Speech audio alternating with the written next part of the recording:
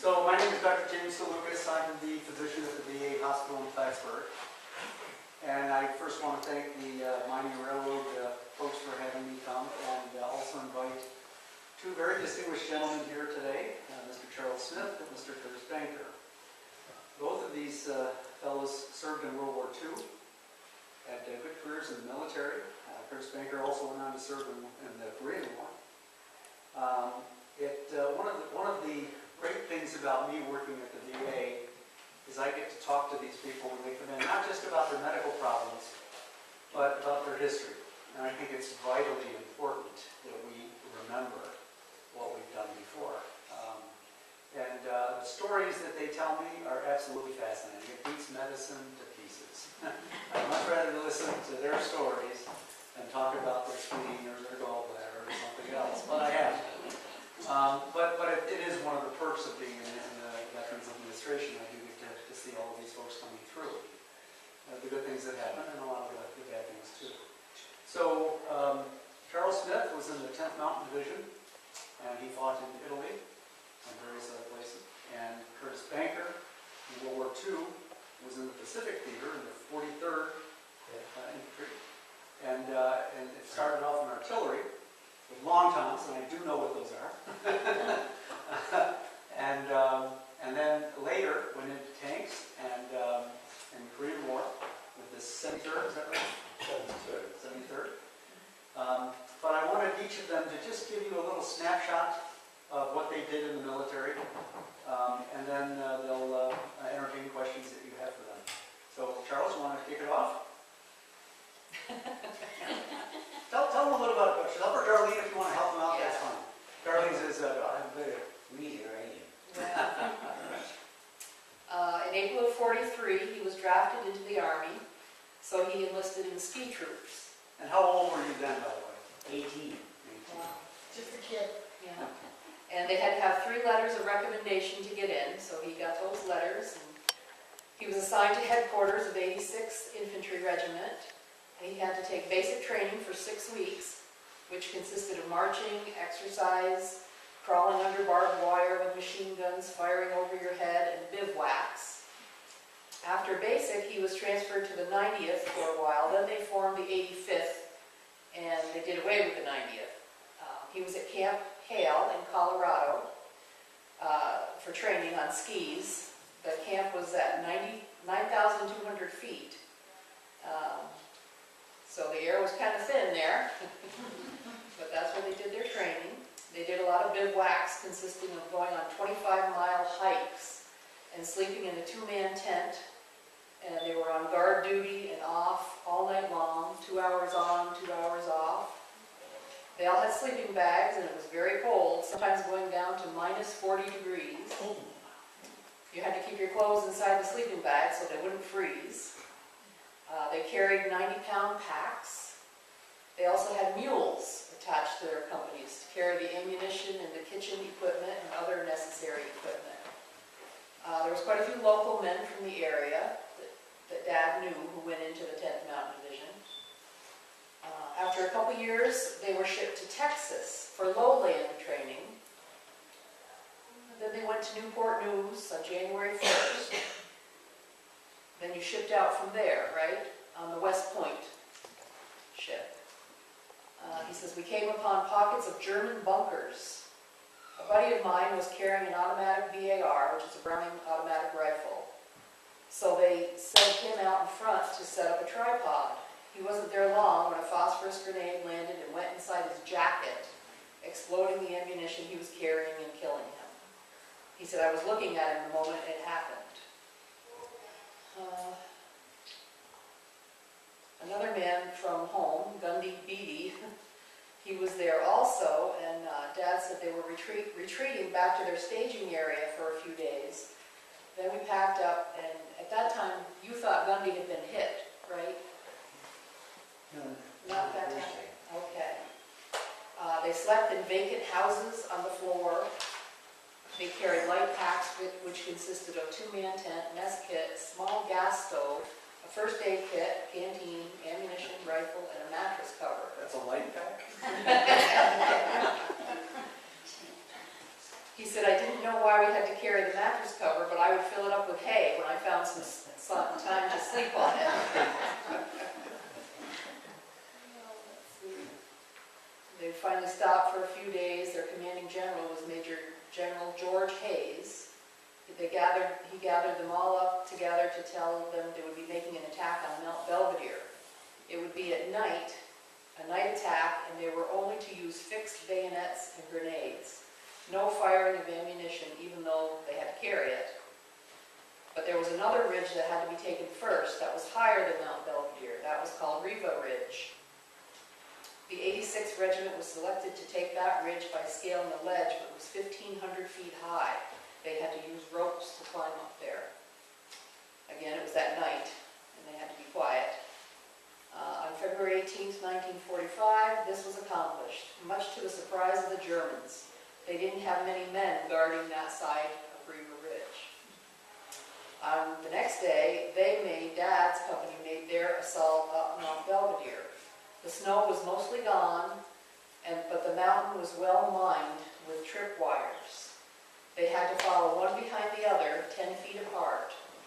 There were many empty shell holes. They had to keep counting how many men they still had due to casualties from exploding mines. On Belvedere, the enemy thought there was only a small patrol approaching. When a flare lit up the area, we had to lay still until it went out. He said, I was very scared, as it seemed like they could clearly see us. Rocks kept coming down the hill, so I would crawl behind a tree for a while. The enemy kept firing their automatic weapons into the shell holes. The shells would go off just above the ground, and shrapnel would explode everywhere. At 5 a.m., we had reached the top of Belvedere. Our captain was in the foxhole with another captain. He saw a sniper, so he pulled a grenade pin to throw when he was shot in the head by the sniper. He dropped the grenade, exploding and killing the other captain as well.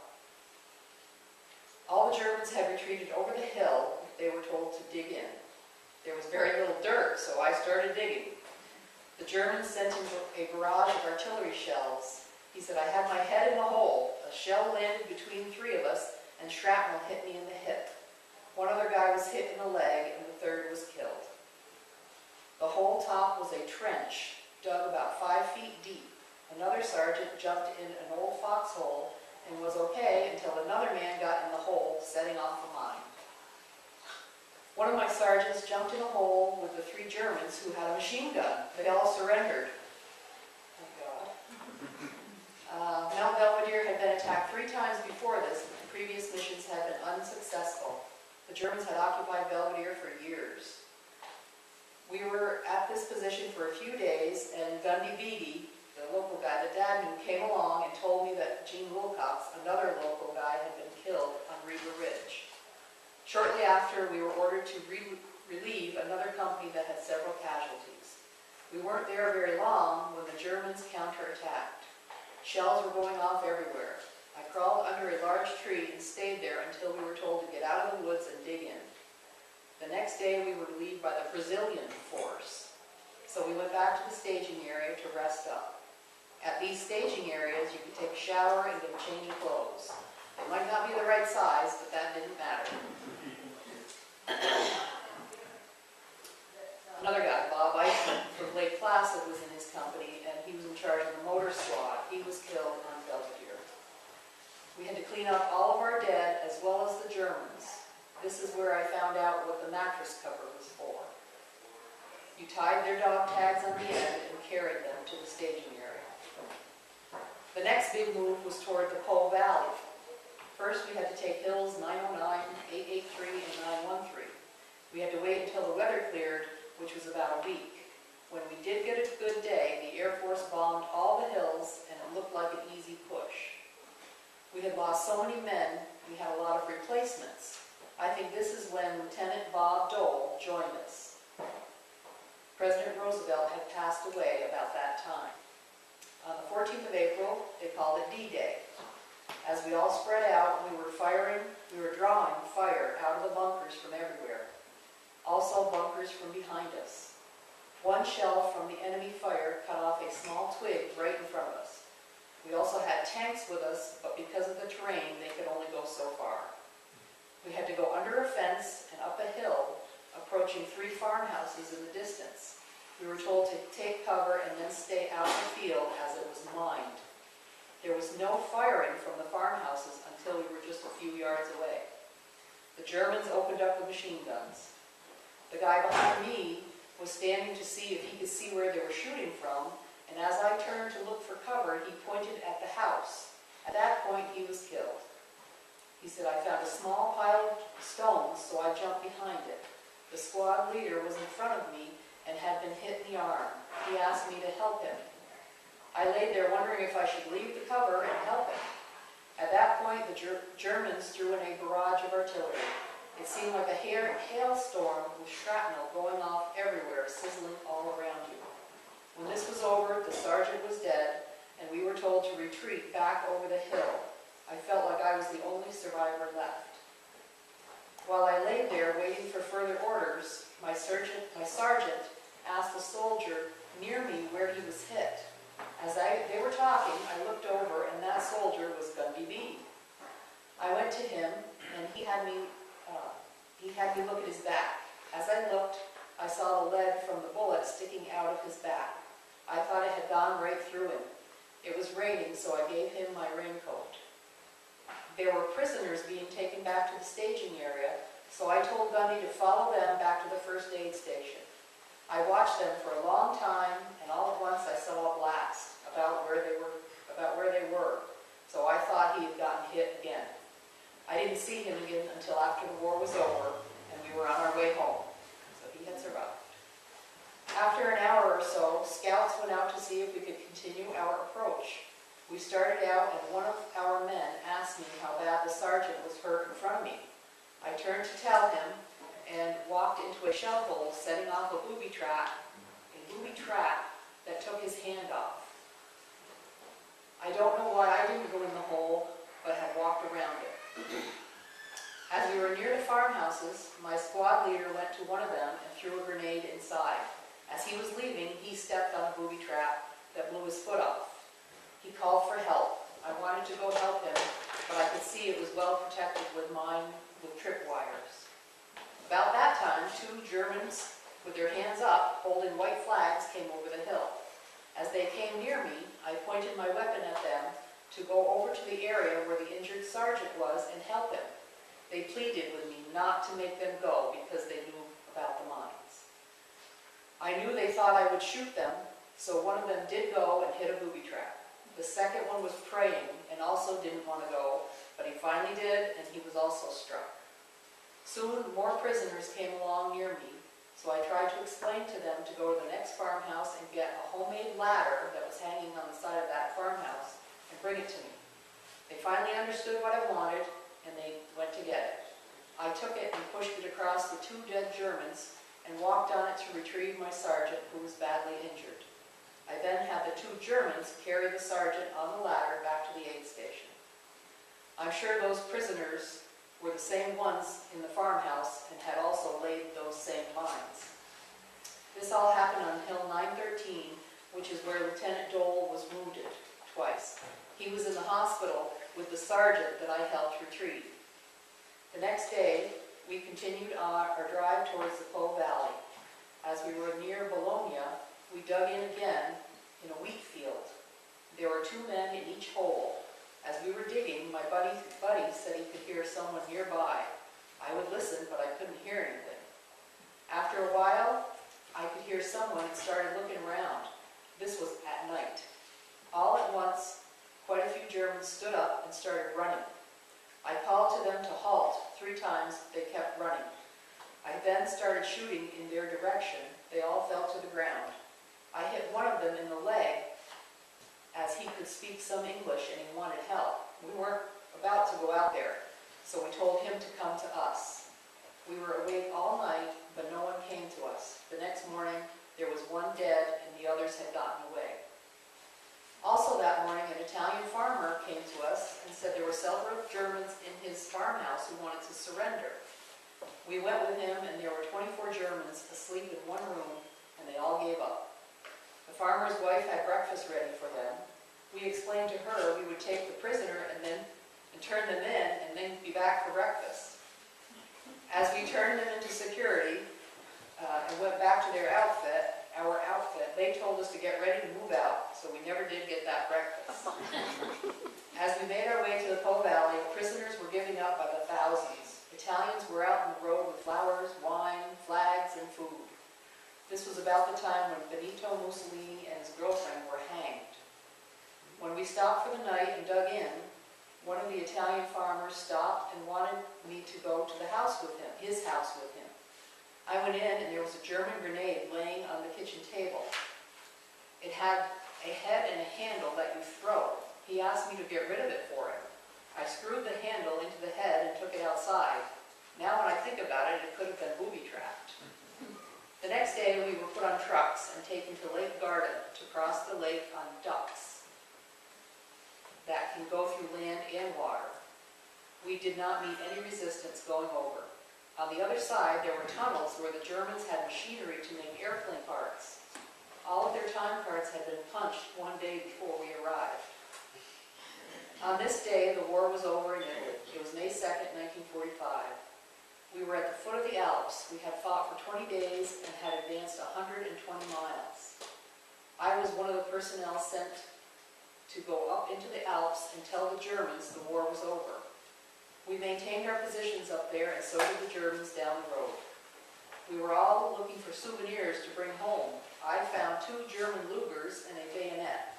I reported them to the officials so I could bring them on the boat home, but before we left, someone stole one of the Lugers from me.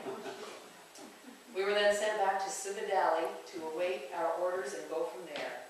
Finally, we went by boxcar and train to Naples, where we boarded the USS Marine Fox. We were supposed to return to the United States for more training and go to Japan. We arrived in New York Harbor when the atomic bomb was dropped in Japan. We went to Camp Shanks, New York, and Fort Dix, New Jersey, where we were given furlough. While I was home, the war ended in Japan. They sent us to Camp Carson, Colorado, and we were finally discharged. For the short time we were in combat, January to May 5th, we had more casualties than any other division in Europe. We had 992 killed and 4,000 wounded. This concludes my memories during World War II, which I will never forget. The 10th Mountain Division has reunions every 3 years in Italy. My family and I went to one in 1982. The tour included a hike up Mount Belvedere and all kinds of celebrations in several of the hill towns where we fought. It seems that the Italians will not forget either. The awards Dad received: the American Service Medal, the European, African, Middle East Service Awards, World War II Victory Medal, Purple Heart, Bronze Star, and the Good Conduct Medal.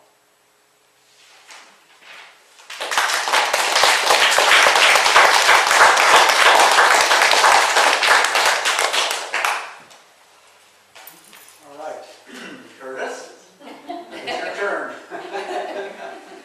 Would you like to say something? Tell us a little bit about where it all started. How old were you when you enlisted? I was 18 years old. I volunteered in 1942. Sorry, my voice is not the best today. That's okay. 1942, I went to, thank you.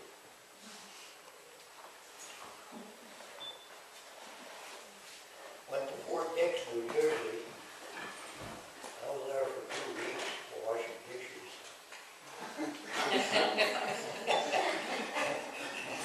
And they finally got orders. I went to Fort Bragg, North Carolina, with a long-town 155 long-range guns. And we trained on them through basic training. So we got done basic training in first part of 43, and we went to Camp Butner. We were supposed to go to North Africa, but they picked a bunch of us to go to California to go to the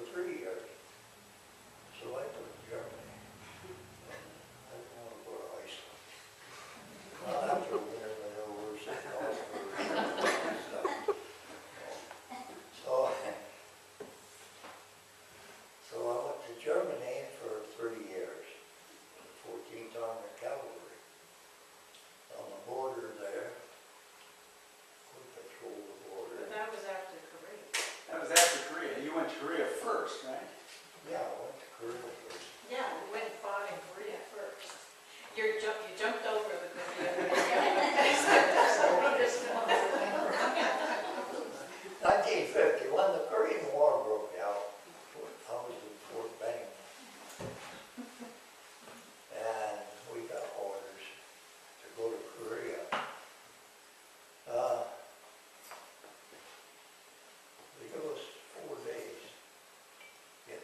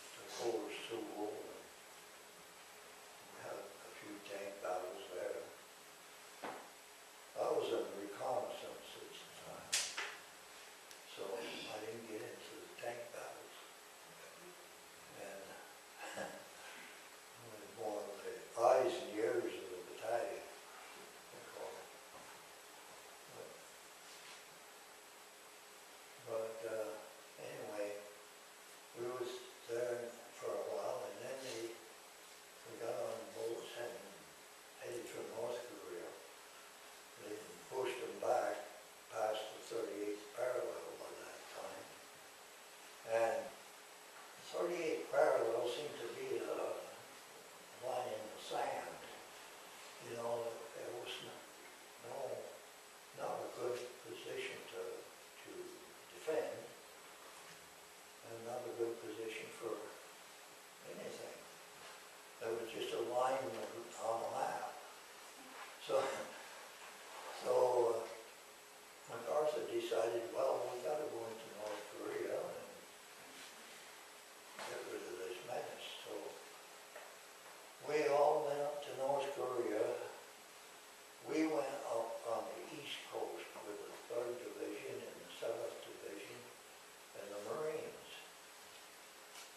And the rest of the 8th Army went up on the West Coast. In the middle was these huge mountains. Well, the Chinese came down the mountains. Chinese army. So then we were fighting Chinese. And we got pushed out of there. And went back to Pusan in the middle of the winter, and it was 20 below zero. And we went back to Pusan, which is a little warmer there. And we started up the center of the peninsula, which is a mountain range. Korea is all mountains in the center, and it's like a big mountain range the whole length of Korea. So we went up through the center, right up through the mountains there. And we got back up to almost to the 38th parallel. We'd taken over our objective, and which was the road junction. And they attached us to the 1st Korean Division, North Division. And over near Seoul. So we went over on the west coast, over in Seoul, to the Indian River. And we were still there when the Chinese started their spring offensive. We were there, and they were coming back down towards Seoul. And that's when I got my shipping orders. My enlistment had run out, and I was no longer in the army. Even with the 1 year that they gave us, they tacked on another year onto us to go to Korea. And so I had to go back to Daegu and re-enlist with the 8th Army. And on the way, one of my men got hit with a truck and killed. But right after that, I got rotation orders, and I went back to the States, and that's when I went to Fort Drum. That was the end of my combat. But the rest of my 20 years, I spent 2 tours in Germany, 6 years.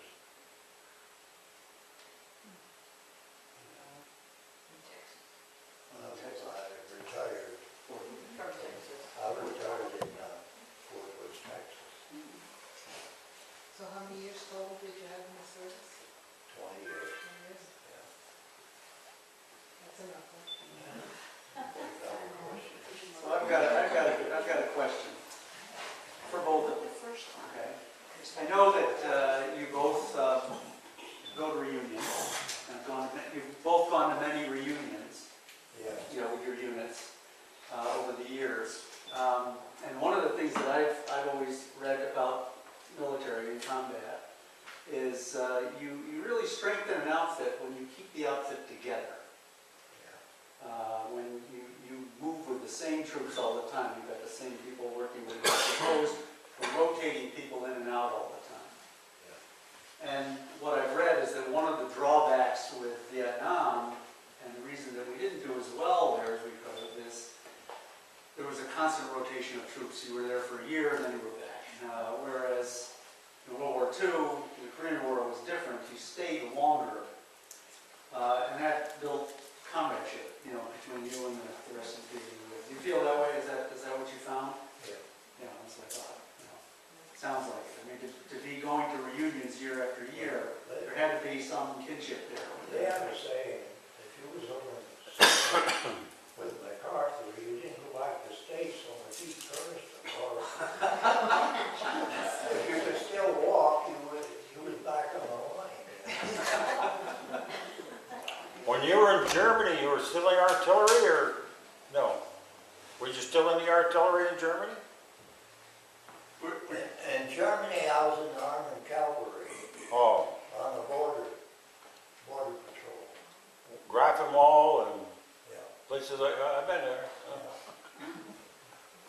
The reason I asked is artillery is, I was near the Fulda Gap. yeah, there's only one live fire artillery range in Germany, and that's Baumholder, and I know where that is.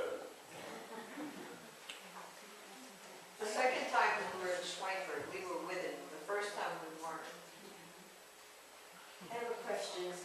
How could you retain all this? Did you keep a blog or You something? lived it. Or all the places you've been You lived it. and you remember all this? I was in the He can tell you what the weather was. 82nd, yeah. I think that's amazing. It is amazing. It's, You didn't keep There's a always journal or kids anything? something. Did you write some things now down? it was 50 years later. Did you have time to write anything down? I have a room full of stuff. I think an analogy here might be, I think most of us in this room are old enough to remember, say, when Kennedy was assassinated. And you probably all remember exactly what you were doing when you heard the news that Kennedy was assassinated. Why? Because it was a horrendous event, right? All right. So you can imagine what this was like to burn those memories forever in their mind. They're not going to forget any of this because it was so horrendous. When I was in, I was only private, so officers and stuff did everything that was coming up. And if they told you, but just get ready and move out. You didn't really go down there. What about communication with your family? Did you have much communication with your family? Like, did you get to Right, that is, letters or anything? yeah. Yeah. And you look forward to them? And did you ever know when you, like, Get mail. get mail? How often did you get mail? Not very often. No.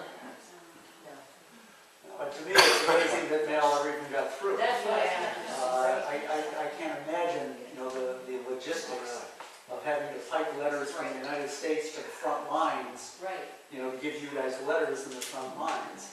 They're all sent free. I mean, the technology that we've got today, Right. people, the people that come back, they can't believe I met you, Right, it's unreal. exactly. And you got photos that talk to them, Yes, right, and all that stuff. Yeah, it's quite a bit different. Yeah. I spent a year in Korea long after Curtis was in Korea. I was there from 88 to 89. And even then, we only had limited times we could call the States to talk to spouses or family members. Quite a bit. We could call. Yeah. You're good, I know. I have a question for both of you. When my friend was in the war, he said that the Japanese would put small rocks on the beaches so they weren't big enough for you to hide behind, but they would trip you up. Did you come across any of that? That was in the beaches. One was in Italy. He was the only one that. Oh, I see. funded, yeah. Did you come across that, sir? No. No.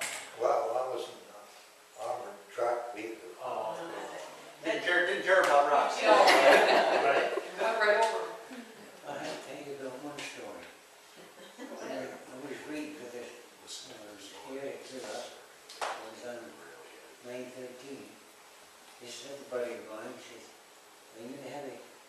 catch a hen? And I said, yeah, I'll throw one. He says, I know there's some chicken. So we went down this path, found the chicken coop. And I'm inside and we have a crow. I was flying all around, finally I got one, around his neck. Right. I stuck it down my jacket. So then going back, these two women are coming down the same path. And they looked at us, and then they looked at each other, and we started laughing, and I said, what's the matter with them? And he says, I don't know. So then we got back to our hole, and he says, look at you. The head was hanging down.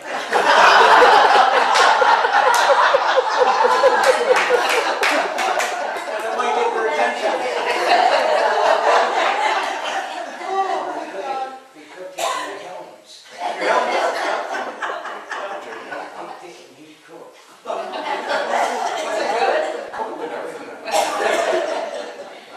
Then we stole some potatoes, and we had french fries. Oh, wow.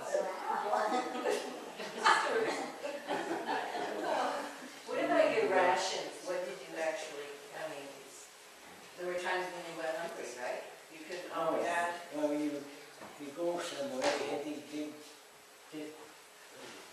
25, 50 gallon cans, and they put all the cans in there, and then when you go to get one, the label on it is all wrapped on, you know.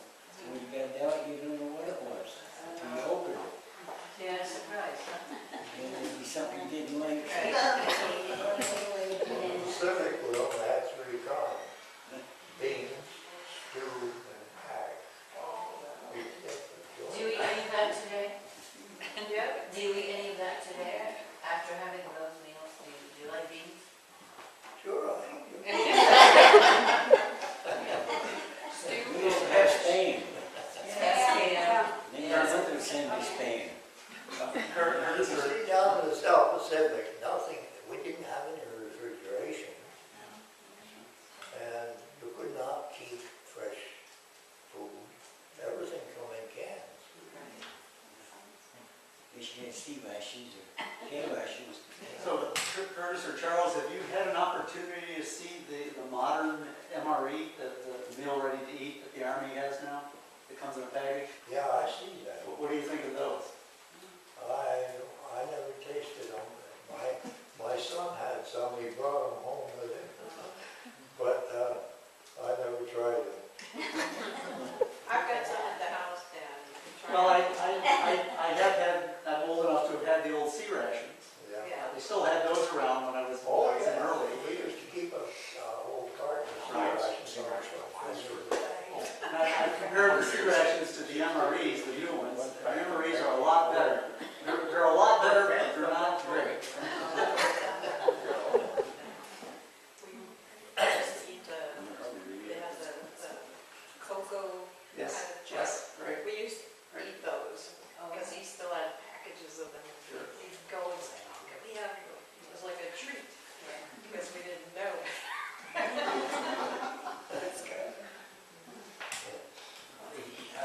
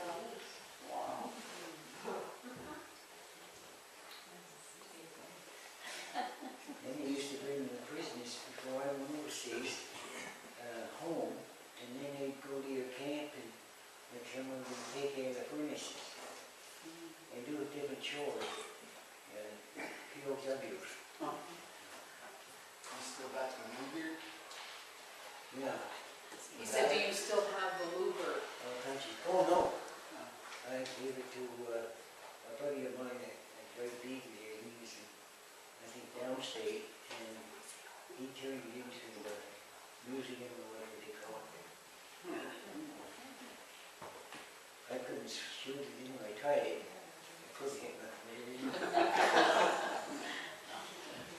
Have you gentlemen been to the Washington DC to the memorial? Have you gone down on the honor flights?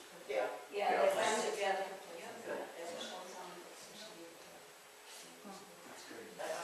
Yeah, October of 2013. You were there. Well, we met you there. 'cause Yeah. we were there for. You were there for the 10th. Yeah. That's where they. I was wondering, you know, how did they make a bath and they Kevlar helmets?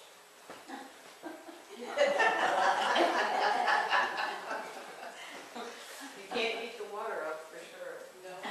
Or you maybe could. We had these little stoves. Yeah. Little guys. Kind of hard to heat water in them. And once you Yeah, melts, right? I hope the hot water should.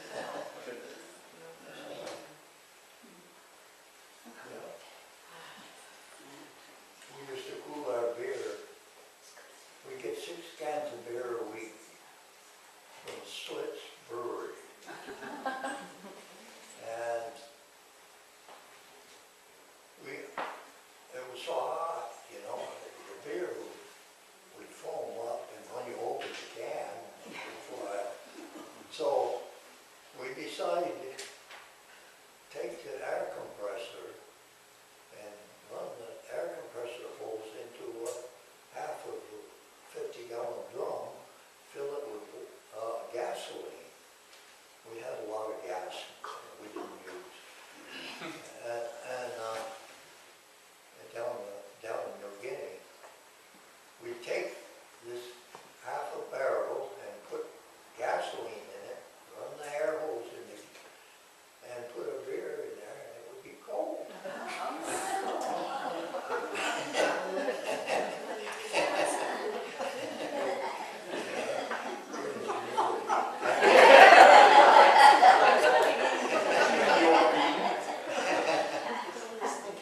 You don't want to drink warm beer when you're fighting. Bullets flying everywhere, you gotta have cold beer.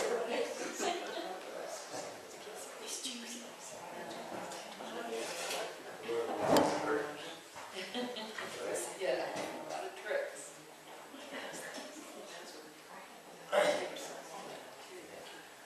We used to get cigarettes, 3 of them, in the churches. You didn't smoke though. No. What'd you do with your cigarettes? I gave it to somebody else.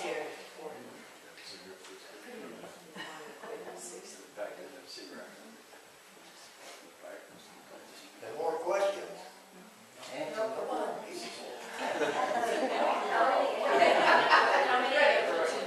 How many people is it there? In our recon platoon, we had 39 people. So is that 39 people? That was in Korea. Yeah, in World War II, we had, let's see, there were 6 guns, with 7 people on a gun. 42. So you knew all those people? That was our whole company, Oh, that was cool. yeah. Besides your headquarters people. Charles, what did you have in a platoon? You still go? How many? the one in the company, I mean, Yeah, company. in the company, yeah. And I think there was 60 some. Yeah.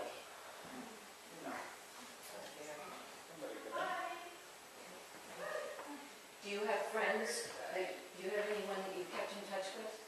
Is there someone that you became friends with and remain friends with that's still? Well, I had started a whole unit from Korea. I had reunions and everything. I started it. It was, I had over 400 people located myself.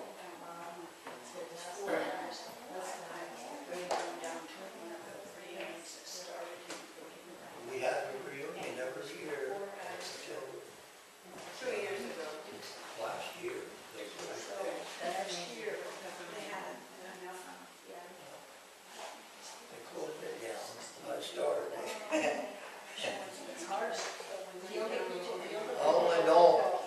Only know where two people were when I started.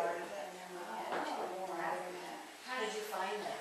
Did someone know? Through, well, you know, on Legion magazine and WWII magazine, they have reunion columns. Yes. I put a reunion in there, and I get new mentors. As you know.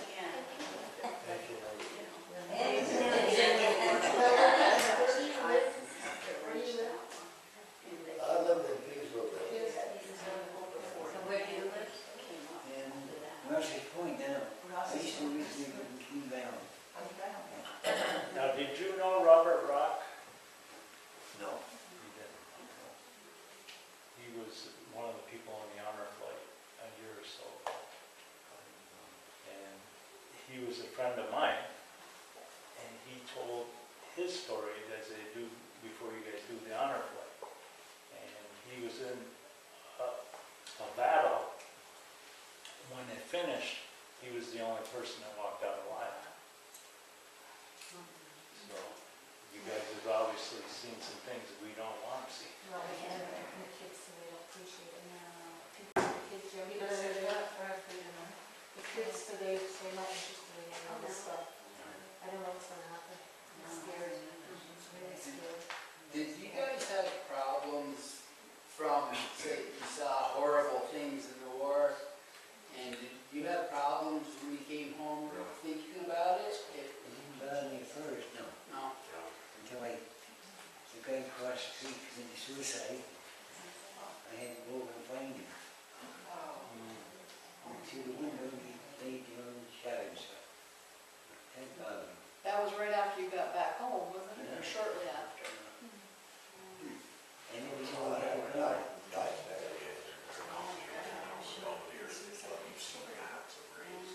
Almost like that. They came back and Then it's started back with your feet. We call it battle for peace. And he was, I